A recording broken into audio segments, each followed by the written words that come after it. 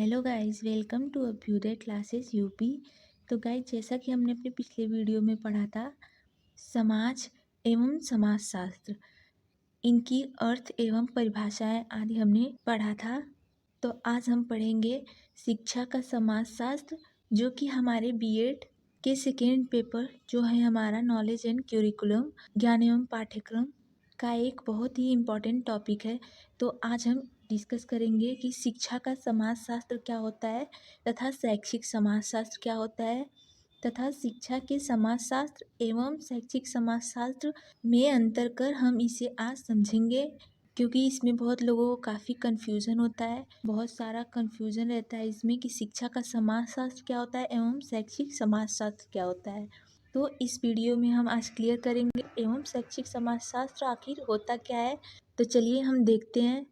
और आगे बढ़ने से पहले, अगर आपने पिछले वीडियो को नहीं देखा है, जो कि हमारा समाज क्या है, समाज की अर्थ एवं परिभाषाएं, तथा समाजशास्त्र क्या है, समाजशास्त्र की अर्थ एवं परिभाषाएं, अगर आपने ये लेक्चर नहीं देखा है तो गाइस मैं लिंक डिस्क्रिप्शन में दे दूँगी, आप एक बार ज़रूर से जाकर देख लीजिएगा उसे, क्योंकि समाजशास्त्र का हमारा वो काफ़ी ही महत्वपूर्ण टॉपिक है, जो कि हमारा परीक्षा उपयोगी है। एंड अगर आप चैनल पर नए हैं तो बीएड के सभी पेपर एवं उनके टॉपिक पढ़ने के लिए with notes please subscribe Abhyudaya classes UP. तो चलिए देख लेते हैं हम एक बार शिक्षा का समाजशास्त्र, सोशियोलॉजी ऑफ एजुकेशन। तो जैसा कि आप यहाँ पर देख सकते हैं, शिक्षा समाजशास्त्र शिक्षा तथा समाज के बीच के संबंधों का अध्ययन करता है। प्रायः शिक्षा के सामाजिक आधार के लिए उक्त शब्दों का प्रयोग किया जा रहा है। ओके गाइस, अब चलिए हम पढ़ते हैं आगे। पर आगे की 2 लाइन आई होप आपको समझ में आ गई होगी। अब देखते हैं शिक्षा का समाजशास्त्र, उसकी अर्थ एवं परिभाषाएं पढ़ते हैं। देखिए, शिक्षा का समाजशास्त्र विद्यालय में सामाजिक घटना का अध्ययन करता है।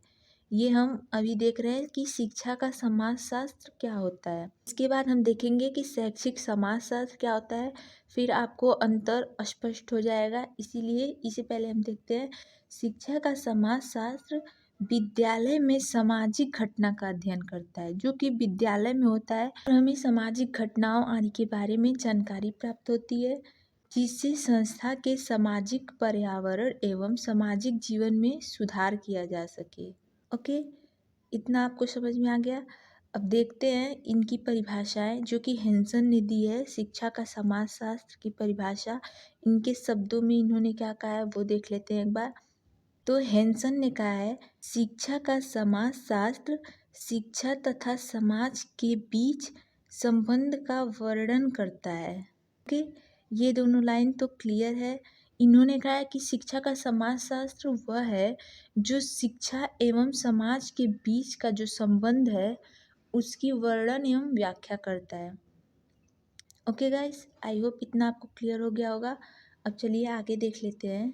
अब हम एक बार से देख लेते हैं कि शैक्षिक समाजशास्त्र क्या होता है।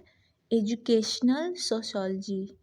ओके, देखिए, शैक्षिक समाजशास्त्र वह विज्ञान है जो संस्थाओं, सामाजिक समूहों तथा सामाजिक प्रक्रियाओं की व्याख्या एवं उनका वर्णन करता है।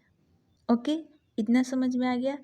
अब देखिए, शैक्षिक समाजशास्त्र व्यक्तियों की अंतःक्रियाओं तथा सांस्कृतिक वातावरण का अध्ययन करता है।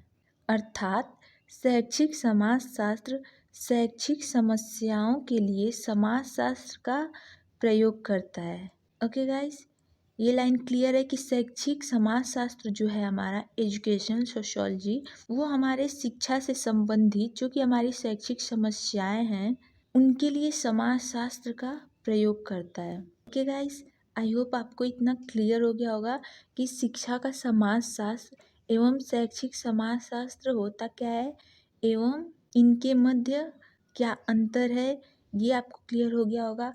अब चलिए एक बार शॉर्ट में हम ये भी देख लेते हैं कि शिक्षा का समाज पर क्या प्रभाव पड़ता है एवं समाज का शिक्षा पर क्या प्रभाव पड़ता है, जो कि हमारे बीएड के सेकेंड पेपर के ज्ञान एवं पाठ्यक्रम का काफ़ी महत्वपूर्ण अंग है।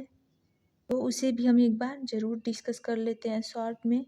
तो देखिए, शिक्षा का समाज पर प्रभाव।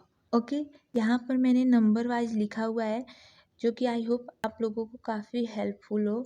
तो चलिए एक बार देख लेते हैं हम ये भी। शिक्षा का समाज पर क्या प्रभाव पड़ता है। तो यहाँ पर आप देख सकते हैं कि शिक्षा सामाजिक मूल्यों को विकसित करती है।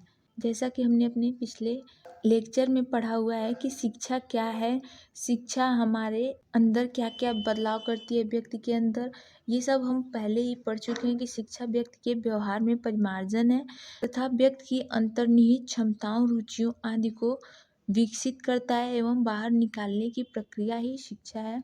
तथा हमारे अंदर जो कि यहाँ पर लिखा हुआ है कि शिक्षा सामाजिक मूल्यों को विकसित करती है, यानी कि हमारे अंदर सामाजिक मूल्यों, हमारे अंदर नैतिकता का विकास करती है, जो कि हमारे अंदर प्रेम, करुणा भावना आदि है, उसका विकास शिक्षा के द्वारा ही होता है।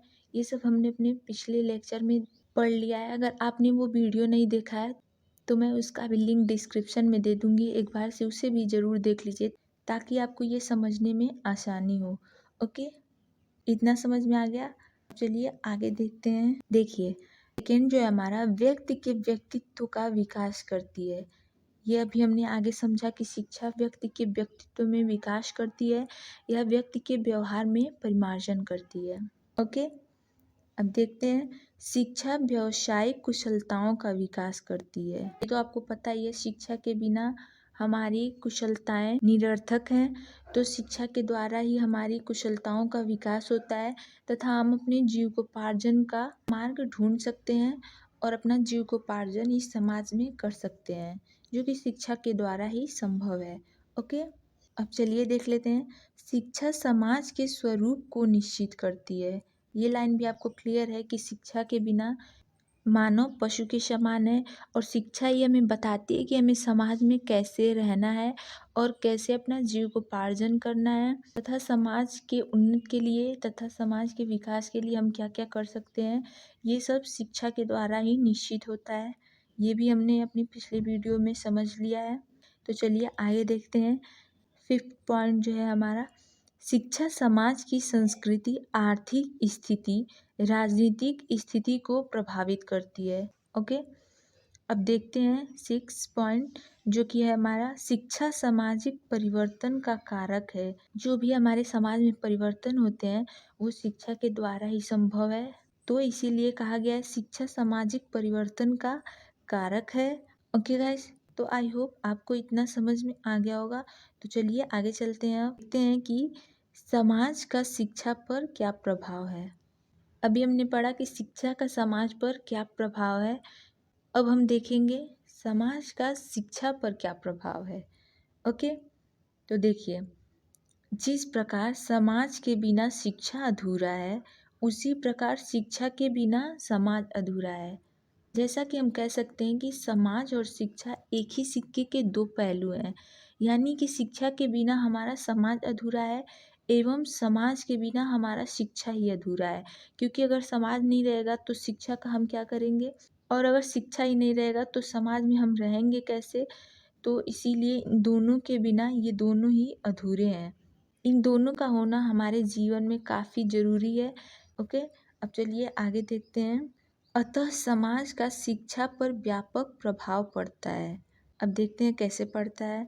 सामाजिक दृष्टिकोण का प्रभाव, आर्थिक दशाओं का प्रभाव, सामाजिक परिवर्तनों का प्रभाव, धार्मिक दशाओं का प्रभाव एवं राजनीतिक दशाओं का प्रभाव। ओके गाइस, तो इस प्रकार से हमारे समाज का हमारे शिक्षा पर प्रभाव पड़ता है, जो कि सामाजिक दृष्टिकोण का होता है। आर्थिक दशाओं का प्रभाव, धार्मिक दशाओं, समाज में क्या क्या परिवर्तन होते हैं, हमारे धर्म, हमारे अर्थव्यवस्था, हमारी राजनीति दशाओं आदि का प्रभाव जो कि हमारे समाज में होता रहता है, उसका प्रभाव हमारे शिक्षा पर पड़ता है, जो कि इस प्रकार है। ओके गाइस, आई होप आपको इतना क्लियर हो गया होगा। इसीलिए मैं आपको अपने नोट्स से समझा रही हूँ ताकि आपको ज़्यादा प्रॉब्लम ना हो और एग्ज़ाम जितने हमारे पास है आपको इजीली नोट्स मिल जाए और आप अपना पढ़ाई शुरू कर सकें एवं अच्छे नंबर से पास हो सकें। ओके, अब हम कल के वीडियो में पढ़ेंगे कि शिक्षा का समाजशास्त्र का क्षेत्र का विस्तार, ये हम समझेंगे। ओके गाइस, आई होप को आज की वीडियो समझ में आई हो, आपके लिए काफ़ी हेल्पफुल हो। अगर आप चैनल पर नए हैं तो please subscribe Abhyudaya classes UP. Thank you.